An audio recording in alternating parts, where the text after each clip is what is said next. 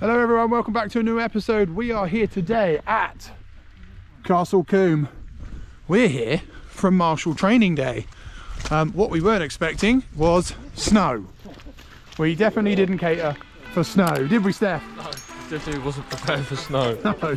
We're going off to sign on, which is just here, and follow us throughout our day to see how we get on with Marshal's training.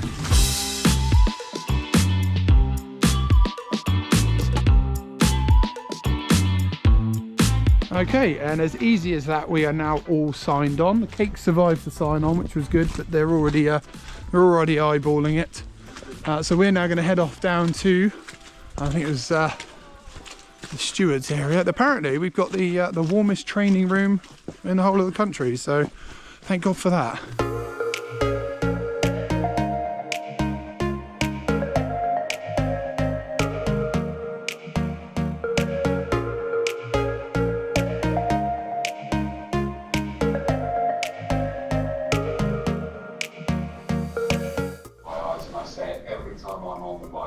Without you, we wouldn't get to go racing. Right guys, we've just done an introduction into marshalling. So a nice little PowerPoint presentation that everyone loves. So we've just been going on about what kit Marshal needs to wear, what preparations they need, who they need to speak to, where they'll be positioned. Talk about different types of cars, different types of signage and hand signals and flags and all that kind of stuff that you would expect marshals to be dealing with. We've done a fire briefing, a little introduction into using fire extinguishers and things like that, and shortly we'll be moving on to the fire practical, so hopefully we'll be putting out some fires and seeing what that's all about.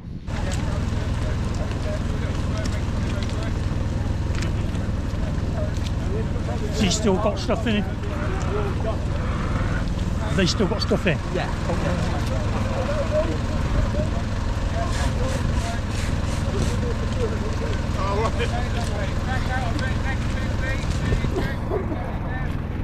Go! Whoa. Try not to put it on me. Okay. Doesn't allow. Okay. See? Okay, so you're going to put whichever end you want to go. Okay, I'm going to go in first. I'm going to go inside. Then right inside. Okay, off you go. Okay, that's close enough. Okay, now boom.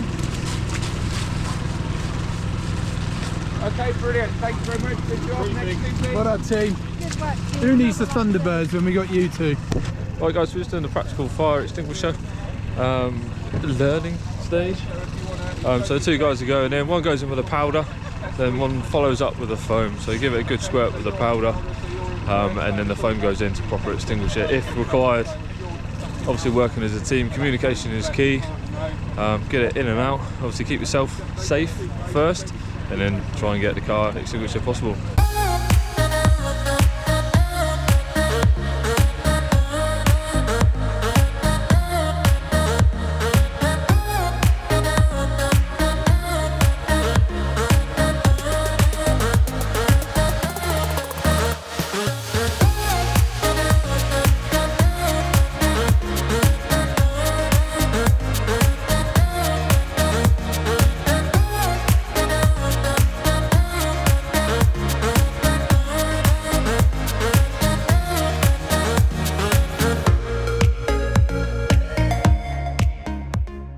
Right then, so we're going to head back to class. Happy there, Steph? Okay. That was a good bit of learning, wasn't it? So it's quite interesting to see just how little the recovery drivers can actually see when they're hooking these cars up. So yeah, good to see where all the little blind spots and things like that are. And obviously what's involved, some of the stories as well involved, obviously saying about tow hooks and things like that not being attached to the cars properly. So make sure those cars are up together, guys. Make these guys' life a lot easier. Right then, so that's lunch done. We're going to head over to the Scrutineering bay, where the teams are over here now, showing everybody what they're looking for over a race car. Lots of different types of cars, Formula Fords, Ginettas, yeah, just some stuff. So what we get a lot with the Formula Fords is people going right, and that means they've got to turn their head. Now, if they've had an injury, that's the last thing you want to do. So you always approach from the front of the car. Drives, you okay? Oh God, I can't see it. Drives, you okay? Drives not okay?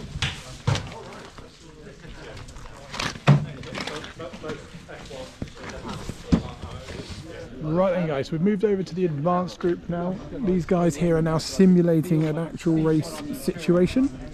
So currently got an unconscious driver in the car, and these guys are reacting to that live effectively. They don't know he's unconscious, and you may have seen the clip before.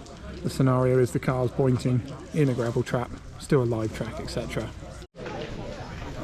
So guys, one thing I've just noticed, and obviously I'm obviously watching these guys react to the car. So today, yes, it snowed, it's now drizzly rain. But I'm going to say this now, I know there's a guy sat in that car, but you cannot see him in there at all. You can't see if he's moving, you can just about see a bit of a glare from his helmet visor.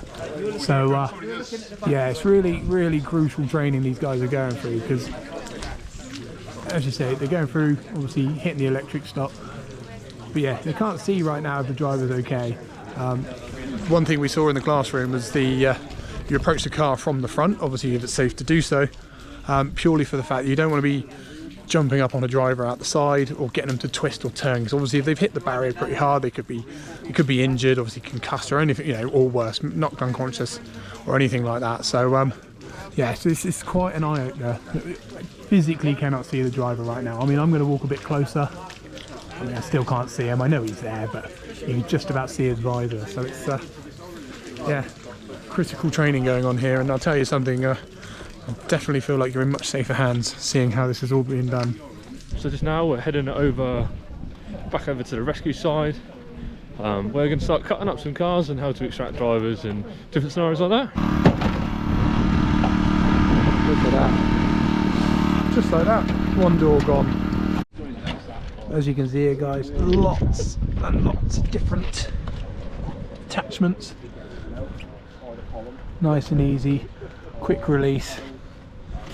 Right, these guys are going to let me have a go. So let's take the old hat hair off. Safety first. Safety first, take the hat off. Oh, I could have done with this earlier. Don't end up like that, yeah. So if we're trying to get access to the door there to get the door off, Yeah. we want to do is try and get the tool into where the hinge is there. Yeah, yeah. And then we'll So spread try and prise it open.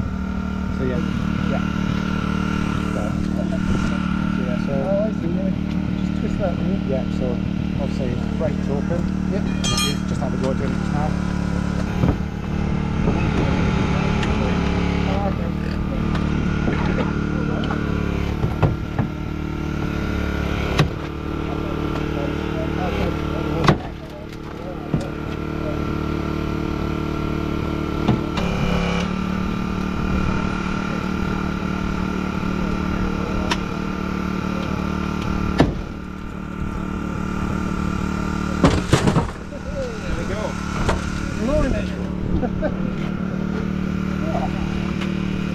That's hard work, that. It's hard work. It's a big heavy weight. Yeah. So what do you think then? Oh, gonna have to do some hard work at the gym, I think, because that's Yeah. it's not as you think. It just pops off, don't you? But it definitely needs a bit of persuasion, that's for sure. Yeah, and you can see how much the frame is deformed from Yes. this. Yeah, from just pulling it. Yeah. Yeah, if we were cutting near the patient, Yeah. someone would hold that over them. Okay, to so give them a this bit is of used. protection. Yeah, so this is used if there's someone in the car Yeah. and they're cutting near them as protection. Yeah. Yeah. Okay. And the other stuff we would have, which we didn't put on today because it's quite expensive, so we don't use it that much for training, is we have a glass management kit, Okay. and there's 2 parts to this. Just take the cords off. So it looks a bit like a cling film dispenser. Yeah. So what this does is it goes across the glass, Yeah. so you'll completely cover it. So Oh, when okay. so when you pop it, so we pop it with a tool like that. So this provides a really high pressure force at a point, Right. Okay. and that will shatter the glass. So Yes. glass is usually, if you hit something, it would shatter. Okay. It's got a, it's the way it's made. But if you put a point force on it, it will. Okay. So robbers, for example, we'll do that with a screwdriver and it'll shatter the glass. Before we do that, we'll put this on it so that at least when the glass does shatter, it's going to be contained in this, and you're not going to have glass all over the casualty. Yeah. But if we need to get someone out quickly, then this might be the quickest thing that we'd use, just to give them a bit of protection. Yeah. And also for the doctors if they're in there, so we can give them sort of PPE, goggles. You've got a helmet there, so our doctors will be wearing helmets with the visors down. Yeah.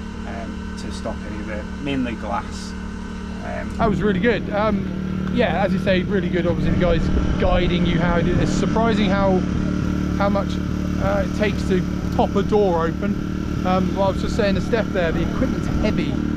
The gent I was just talking to was saying like the fire service and stuff like that would do like 20-minute rotations and stuff. But yeah, those spreaders, as they're called. Big old. Don't lift that up, Steph. That is a lumpy bit of kit. That. But no, good. It's good fun. Just good.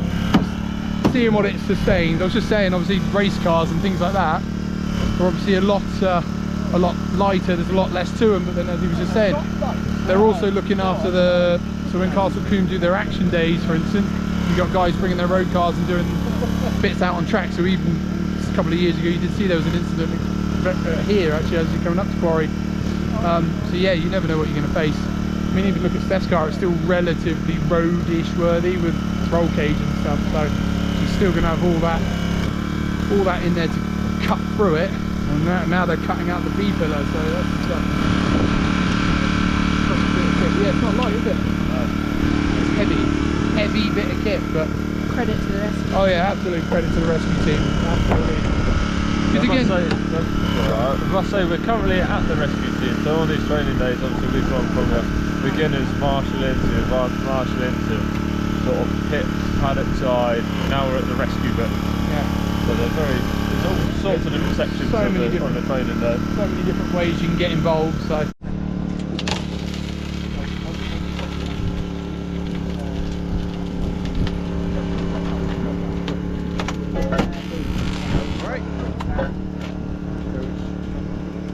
So let's start placing people. So who's the first person there? Who should be the first person there? First on scene. First on scene. Okay, we're going to say this is a right-hand drive car. So where's he going to end up? Should start directly in front of us. Okay, there's loads of tyres there. He should start there, and then he'll end up there. Because once he's got the thumbs up, or hasn't got the thumbs up, next step is get in there.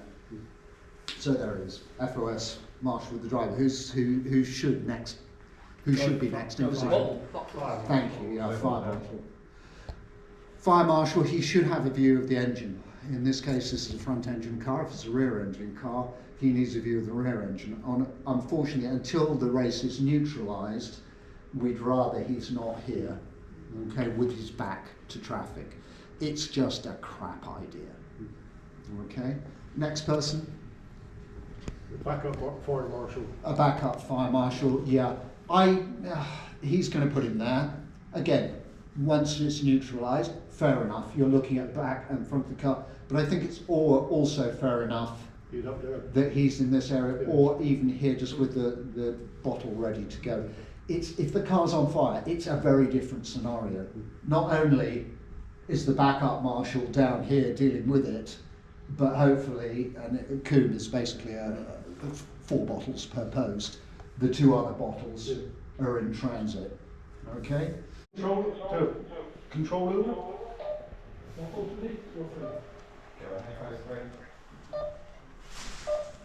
Post 3 to control. Car 29 has spun and hit the severe damage. Request recovery helicopter, please. Thank you, post 3, it's safe to continue. Yeah. Negative. I would request to stop, please. Received, thank you, post 3, assistance is on its way. So, have you got enough information there to fill out your report? So what you need to do is control post 4, them to talk back to you and then go back.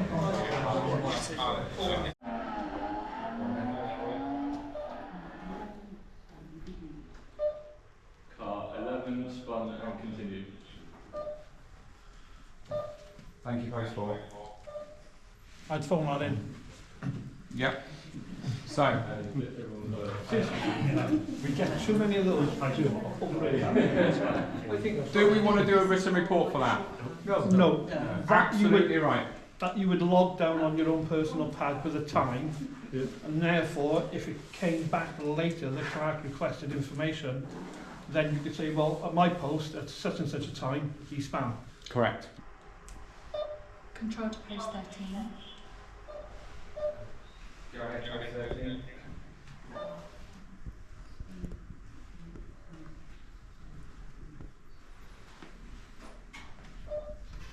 Car 5 can continue under yellow flag conditions. Thank you. Can you confirm car number, please? Number 5, spam include under yellow flag. Car 5. Thank you. Single digit 5. Right. Yeah, so yellow flag. Okay. Spelling continued under yellow flag. So, Next question would be yellow flag. Flag up, and why hasn't there been a report prior to this one? Because we have a flag out. We now have some chief post marshals now that are all radio trained. That was a definite eye opener. Just how quickly things can go wrong. There were some videos we were obviously watching that we can't show on the video, but maybe Steph can clip some bits in there for you. But yeah, so we are just going to come and round up the day. And a big old thank you to everyone. Thank you to everybody for taking part, joining in, and hey ho, we'll see you on the first race day or very soon thereafter. Other than those arriving tomorrow for more training. There's another 80 people or so being trained tomorrow, so the team are keeping busy. Can't have them put their feet up. Get home safely, and thank you everybody. Thank you. Right then everyone, we had to zoom off quickly. It started absolutely chucking it down at Castle Combe, but I just want to say a huge thank you to everyone that was there. A huge thank you to Castle Combe Race Circuit and the race club as well. It's been a mega day. Thank you Orange Army as well for having us. Again guys, if you've liked this video, if you want to know more about getting involved with marshalling, give us a shout, hit that like and subscribe button, and we'll see you in the next episode. Bye.